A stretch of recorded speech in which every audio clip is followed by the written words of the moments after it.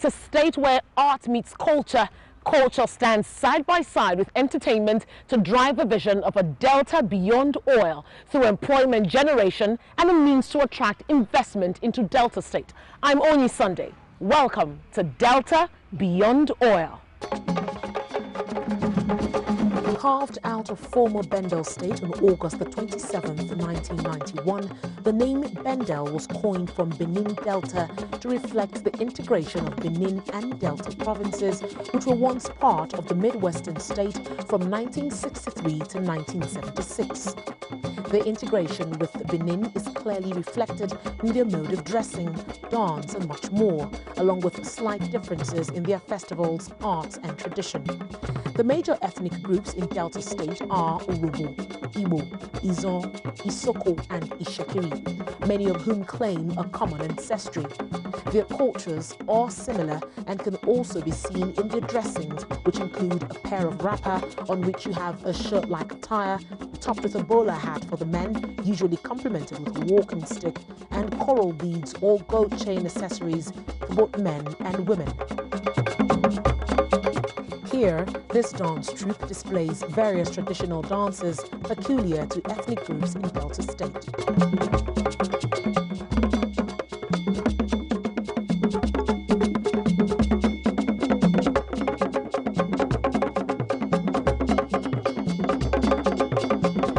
These similarities and differences are what the state plans to sell to the world in order to grow and promote tourism in the region.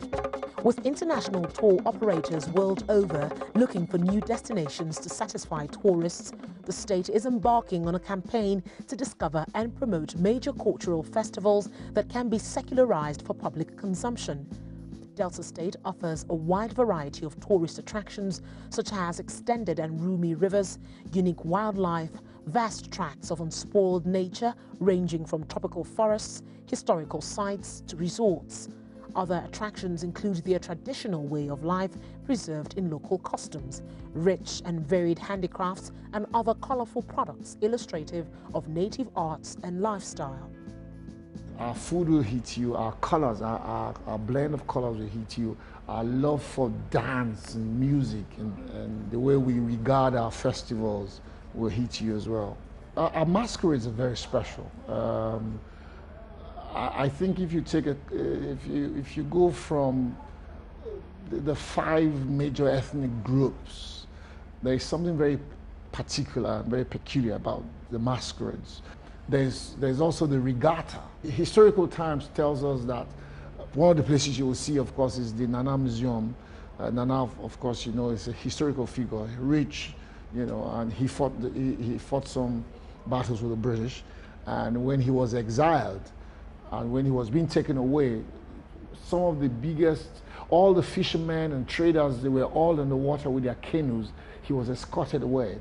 And also history tells us that when he was released and he came back to Koko, the same thing happened. And so that is part of one of the reenactment that I'm desirous of capturing, you know, with our regatta when we do. Before we leave, I'm hoping that next year we'll be able to, you know, flag that off. You'll find things like that already happening in different communities at different times of the year, but we want to adopt that as our own festival, you know, created media that will bring our food, our costumes, our masquerades, our dances, all wrapped up in 1 week of celebration. That is what we are hoping. We're not talking about domestic tourism. If you look at our activities, yes, we know that domestic tourism is important, and we do know too that the revenue that we're looking for, that's Delta Beyond Oil that we're looking at. If the tourism has to sustain the economy, we have to go to international level. And once we have that festival, we are sure that people will be able to come in, because when they come in, not just coming to watch the festival, they're going to stay in hotels, they're going to eat food, they're going to whatever activities they have in the state, they're going to spend their money in the state. Is that money they're going to spend in the state that will boost the economy of the state? That is what we're talking about when we say Delta Beyond Oil. While many look forward to the age-old regatta becoming a major festival in the state, sponsored to attract local and international visitors, it's the state's fixed tourist attractions it hopes to showcase to the world in the long run. most of which are still largely untapped and underdeveloped. Owned by host communities, these sites are currently being enjoyed by only a few outsiders or visitors in search of adventure and new experiences. Our search for adventure takes us to some interesting sites. Our first stop is 1,000 feet above sea level, popularly known as the Mount of Delta, in a beautiful community known as Idumuje Uboko in Aniocha North local government area of Delta State. Sitting on a large expanse of land is this architectural masterpiece. The reason why this house is regarded as a tourist attraction isn't far-fetched. It's a combination of laterite, soil, and a little bit of cement in different proportion. From that different proportion, you get them in different colors. You can see it's lighter, that one is lighter, and it comes out very strong, up to bullet-proof, texture. That bullet can pass, through it because of the hardness of the mixture. So I don't know how he came about it, but I think it started from this fence. He did it first over many years ago, over 10 years ago, and it's still very strong.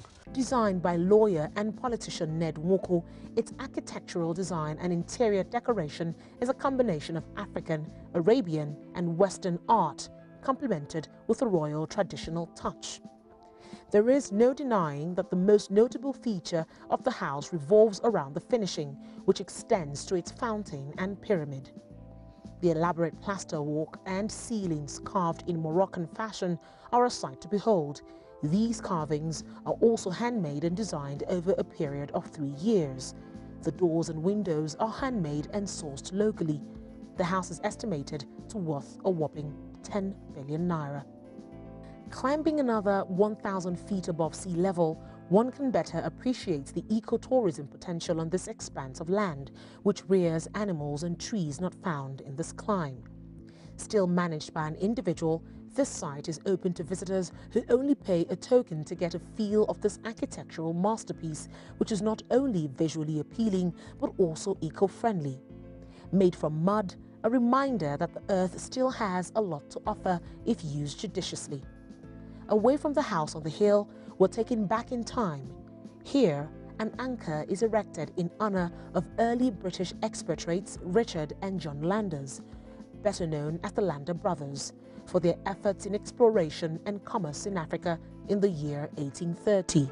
Lander Brothers Anchorage was built by the state government to commemorate the work activities of John and Richard Lander, the two Lander brothers. John happened to be the younger brother of Richard, who left Truro, Cornwall, to come and navigate the West African coast to see where River Niger emptied into the ocean. And in fact, they were to complete the work of Mungo Park, who didn't get to Asaba. So that is why the state government now said, okay, if they can come with activities to tell the world that the world is not flat, that the world is spherical, therefore we should commemorate them, building this Lander Brothers Anchorage to tell the Western world that we appreciate their activities. The anchorage and museum overlooks the massive Niger River. From the low fence surrounding the museum, you have an unrestricted view of the slow-moving water. A beautiful coincidence, we're just in time to see a boat float by, a reminder of how the Lander brothers embarked on their expedition. Just like the anchor mounted outside, a replica of the boat used on their expedition sits inside the museum. This room hosts portraits graphically depicting the historic journeys of the explorers on the numerous waterways leading to the massive discovery of the mouth of the Niger River. This trail is represented here in this picture frame. The pictures also show the interaction with the natives, some friendly, others hostile, a hostility that led to the death of one of the brothers. While the tourism potential of this site is yet to be exploited, time stands still for historians craving for the stories and knowledge that this site offers. Delta State is rich in both history and tradition, with various significant sites testament to this, many of which are yet to be exploited or shown for public appreciation. One of such sites is this forest in Ijala in Warri. Getting here was no easy task. The destination, however, was worth the trip. At first, what you see are trees. Now, this is a jungle any environmentalist would appreciate, because here, trees don't come down, rather trees come up. And they come up every time an Olu, or what you might call a king, dies. Here at the Warri Kingdom Royal Cemetery, you have trees here dating back as 1500 AD. Over 17 dated trees can be found here. The most fascinating is this tree, planted over the grave of the first king of Warri Kingdom, known as Oluginwa I, who died in the year 1500. This rusty signpost attests to this, and is possibly as old as the tree itself. Since 1480, they've lost about 18 kings, and this is where Ginwa I was buried. So when they die, they bring them through boats, the royal boat, to bury here. And the Dibia will tell you how to bury the kings. What boat? Is there a river around here? Yeah, there's a creek, which they bring the body through, the casket through.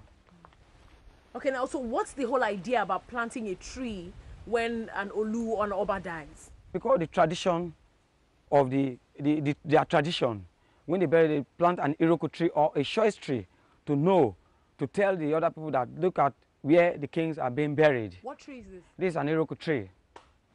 And no one dare cut down this tree? No one. You don't just come into this park, into this place, this royal cemetery, because you make, there's a quote that you say, if you come into this place, you have to say, Dave. If not, you got lost inside this forest, this cemetery. Is that really true, or is that just... No, it's not. It's a true word. You don't just come in, but the king now make it a real groom, that people can come in. Want to make it a real groom. That's why people are allowed to come in now. If not, you don't just come in like that. Our tour guide tells us that these periwinkles are over 500 years old. Presently, a restoration process is underway aimed at transforming this forest into a reputable tourist attraction. How do you commercialize this? You don't start out really by commercializing it, but by opening it up to the rest of the world. In another 2 years, you will find an alternative to the Argungu Festival in the north, here in Delta, because we have identified a community where the amount of fish that they have in the pond that they leave pending the next season, fishing festival is a lot. How do you commercialize that? You open it up, get investors to sponsor it, and let people see that outside of our Gungu Festival, there is another one here. When that becomes the driver of people to that community, hotels will flourish, transportation will flourish, everything else will flourish. So the commercialization, or the commercialization, as it were, of our culture is how we are going to start opening up all of this. From the undiscovered to that which has become part of everyday living, we head to the source of the Ethiop River, to a community known as Umwaja, a community rich in indigenous culture, ecotourism, and history. At the source of the Ethiop River, we find a huge silk tree with its roots stretching as far as the eyes can see. From underneath, crystal clear water trickles out, circling bamboo trees before flowing further out of the community. This site, however, means more to its immediate community than just its clean water. The man that discovered this place is a hunter. Those days before, they were living at a smaller village far away from this place. He said he saw this tree as small as that palm fruit there. Many years, they were primitive farmers, they don't keep record, so we would have known the year. That this water was still flowing narrowly like that place. Grass is all over the place like this. That he began to clear the grass. This tree, like that palm from those days, he cut the tree down. The next day when he came out, the tree stood back. And since then, they could not touch the tree again. Instead, they began to worship the tree and the river, as you can see. The source of River Ethiop. So it flows continuously. It does not have season. It does not flow back. It does not overflow during rainy season. It does not dry during dry season. It remains like this, very clean. We drink the water, we bathe inside. The beauty of the Ethiop River may not be well appreciated at the source. This breathtaking view of the river stops us in our track. With report of environmental pollution from oil exploration in the Niger Delta region, a body of water this clear is the last thing any visitor would expect. But until the visitors come, the river continues to serve as a source of drinking and cooking water, a pool and a laundry to this community fortunate to have the river flow through it. The Ethiop River is reputed to be the deepest inland waterway in Africa, with a lot of history and myth attached to it. It is said to have served a very important role during the colonial era as a route for the movement of goods and people. The British colonialists put it under their protection in 1894 as a means of stopping the activities of Nana, an Ishekiri chief and merchant from the Niger Delta region. He was the fourth Ishekiri chief to hold the position of a governor of Benin River in the 1880s. Owing to a trade dispute with the British government in Cocoa Kingdom, Nana was declared wanted by the British but surrendered in Lagos, from where he was deported from his homeland to Ghana.